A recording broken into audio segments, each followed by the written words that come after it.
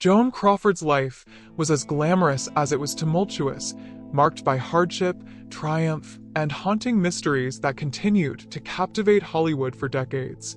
Her death in 1977 left questions lingering, most notably about her disinheritance of her children and the shocking revelations that followed her passing. Behind the glitz of her Hollywood fame was a mansion that became notorious for its strange, paranormal events, hidden fortunes, and a will that changed everything. The story wasn't just about what happened in the house, but why, nearly 50 years later, Joan Crawford's ghost still haunts it today. Born on March 23, 1906 in San Antonio, Texas, Joan's early life was shaped by adversity. Her father abandoned the family when she was just a baby, leaving her mother to raise Joan in dire poverty. At only 11 years old, Joan was already working as a laundress to help her struggling family, a testament to her resilience and determination.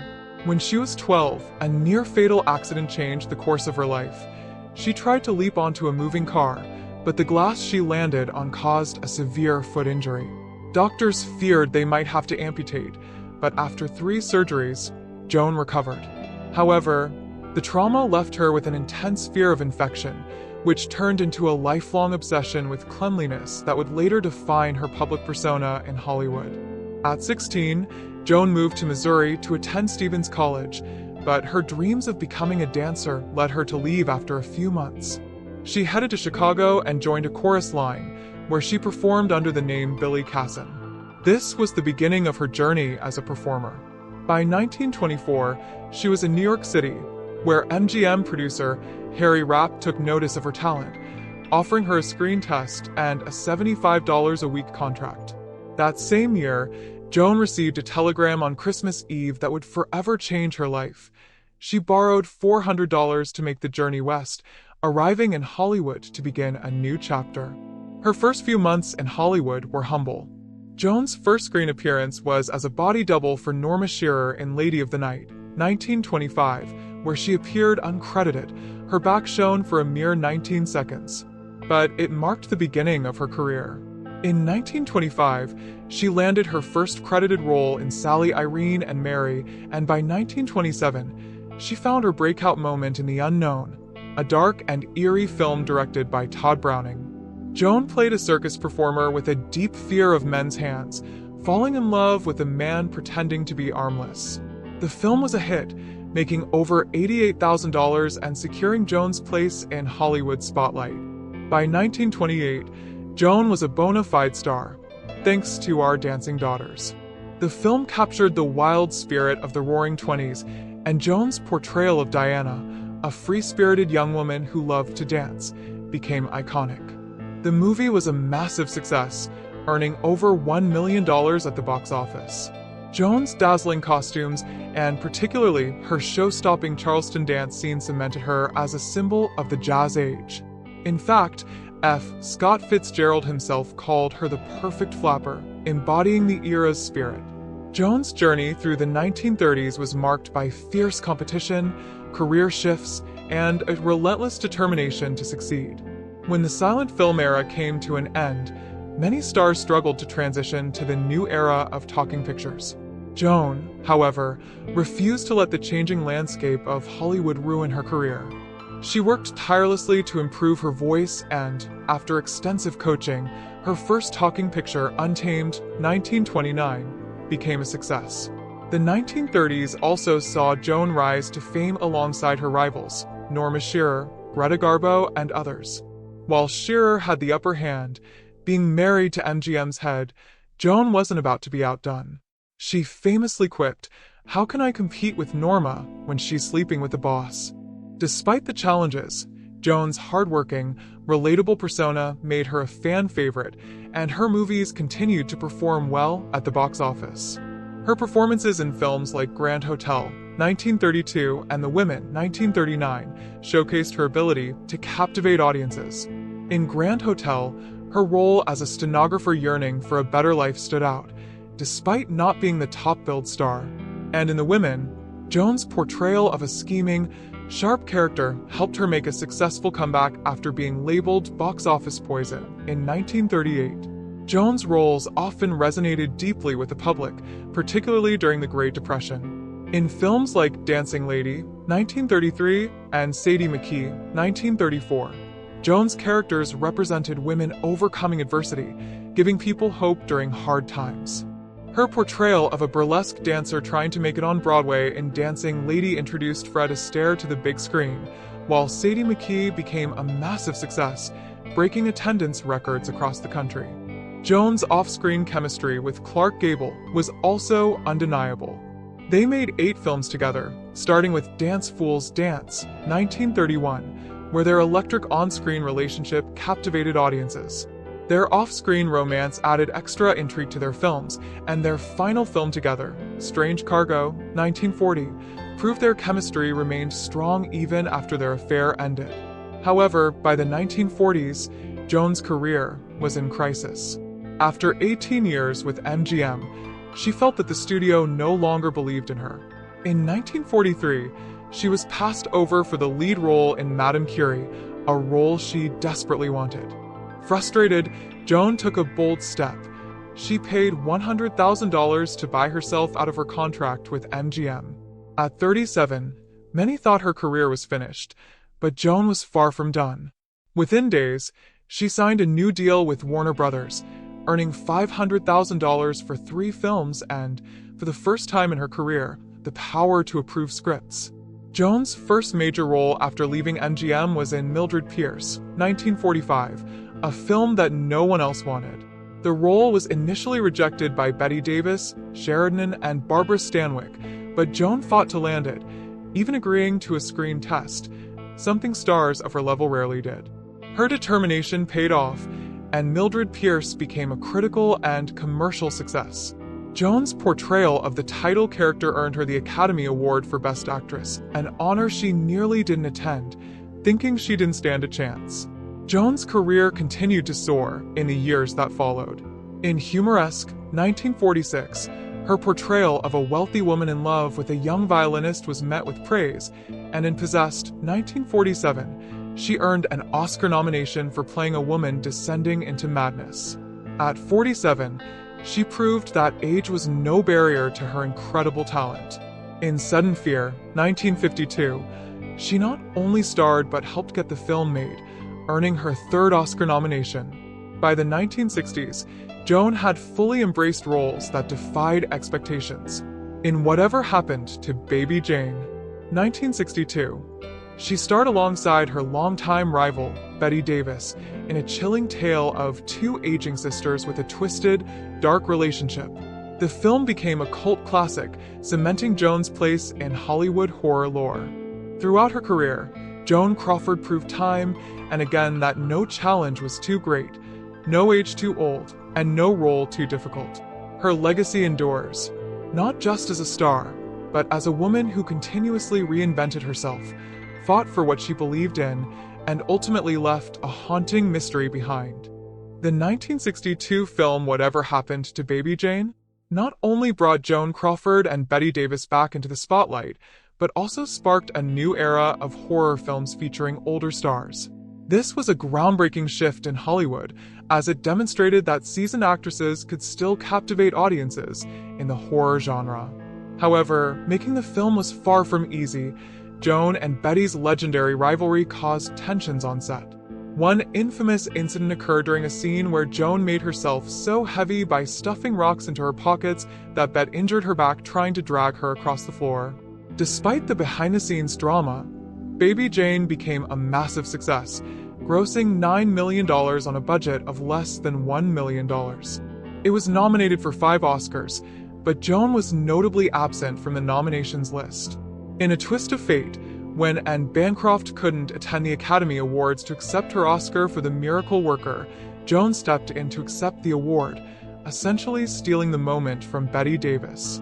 Following the success of Baby Jane, Joan starred in more horror films such as Straitjacket and I Saw What You Did.